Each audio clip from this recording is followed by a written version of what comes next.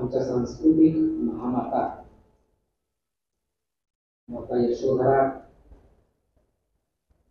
माता सावित्रीबाई फुले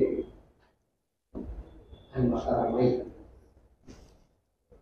त्याचबरोबर ज्यांनी ज्यांनी या समग्र परिवर्तनाच्या चळवळीमध्ये सहभाग घेतलेला आहे, आपलं अख्खं आयुष्य घालवलेलं आहे, त्या सर्व महामानवांनी सर्वप्रथम अभिवादन.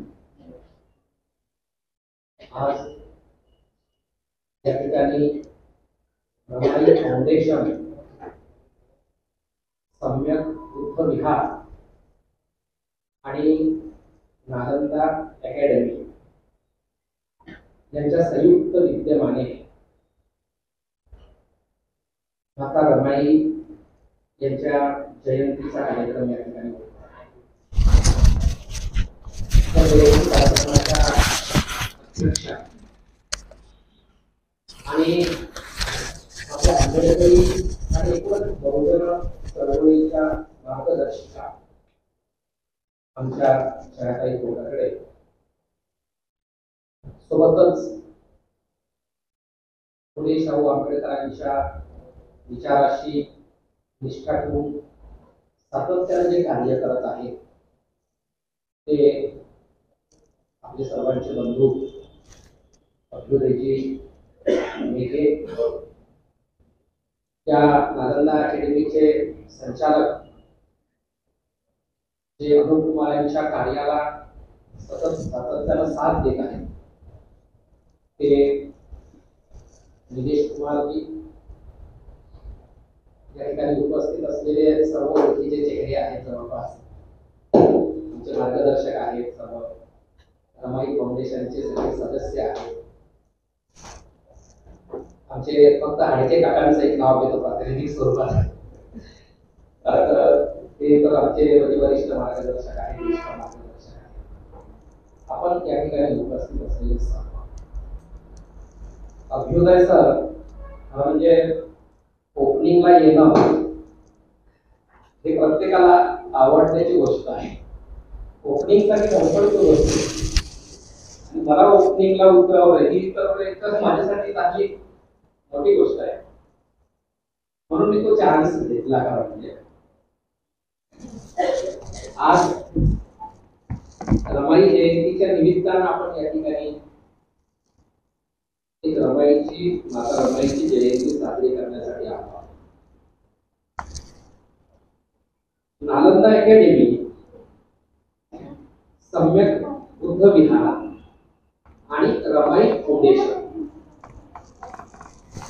या तिघांची संगती ज्या पद्धतीची जोडलेली आपल्याला दिसते, म्हणजे सरिताताईंनी आता प्रास्ताविकेच्या माध्यमातून ज्या पद्धतीने सांगितलं की आमचे उद्देश, आमचं कार्य, आमचे ऑब्जेक्टिव्ह काय आहे, म्हणजे नालंदा अकॅडमी ज्या पद्धतीचं काम या ठिकाणी करते, या शहरामध्ये करते आणि जिल्ह्यामध्ये करते, संपूर्ण मला आठवतं म्हणजे पुस्तकातलं आठवतं, आणि तुम्हाला सुद्धा तो प्रसंग माहिती आहे की माता रमाई धारवाडला गेल्या होत्या हवा पालन करण्यासाठी. तिथे वसतिगृह होतं, बळवंत आणि राधाबाई वराडे वसतिगृह सांभाळत होते. त्यांनी पाहिलं की त्या ठिकाणी तिथे खाण्याच्या, मुलांना रोजच्या गरजेच्या वस्तू नाहीत, आणि त्यावेळेस रमाईने आपल्या हातातल्या बांगड्या विकल्या, गहाण ठेवल्या विकल्या, आणि त्या सगळ्या वसतिगृहातल्या मुलांसाठी धान्य विकत घेण्यासाठी पैसे भराडे गुरुजींना दिले. ही रमाईशी, तुमच्या रमाई फाउंडेशनशी नाळ आहे. रमाई फाउंडेशन नालंदा अकॅडमीसाठी जी काही सहकार्य, जी काही मदत करू इच्छित आहे, हे रमाई फाउंडेशनचं नातं त्या रमाईच्या कार्याशी जोडलेला आहे. ते असंच करत नाही की आपण रमाईचा हा आदर्श रमाई फाउंडेशन घेत आहे. रमाईच्या संदर्भामध्ये आपणा सर्वांना खूप वेगवेगळ्या प्रकारची कल्पना आहे आणि रमाईच्या एकूणच कार्याच्या संदर्भामध्ये सातत्यानं चर्चा केली जात आहे. रमाईच्या संदर्भात आता लेखक लोक आपले लिहित आहेत, कादंबरीकार लिहित आहेत, कथाकार लिहित आहेत, कवितेतून वेगळ्या प्रकारची रमाई आता येताना दिसते आहे. मधल्या काळामध्ये परछाई नावाचा एक चित्रपट आला होता रमाईवरती. तिथे संजीवनी नावाच्या एका हिरोईननी तिथे रमाईचं काम केलं आहे. खूप वेगवेगळ्या ठिकाणाहून रमाईचं व्यक्तिमत्व आता आपल्याला नव्या पद्धतीनं पाहायला मिळत आहे.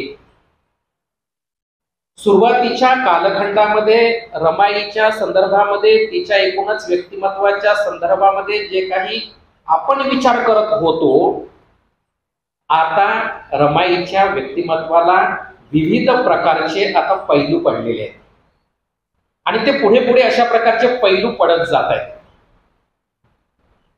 ती रमाई जी आपण 10 वर्षाच्या पूर्वीपर्यंत सांगत होतो, तिच्या व्यक्तिमत्वाचे आता नवे नवे पैलू आता आपल्याला दिसायला लागलेले आहेत. आणि मी जेव्हा रमाईचा वेगळ्या पद्धतीनं विचार करतो तेव्हा मला रमाई ही वेगळ्या प्रकारची दिसते. म्हणजे संकटाकडून संघर्षाकडे जाणारी,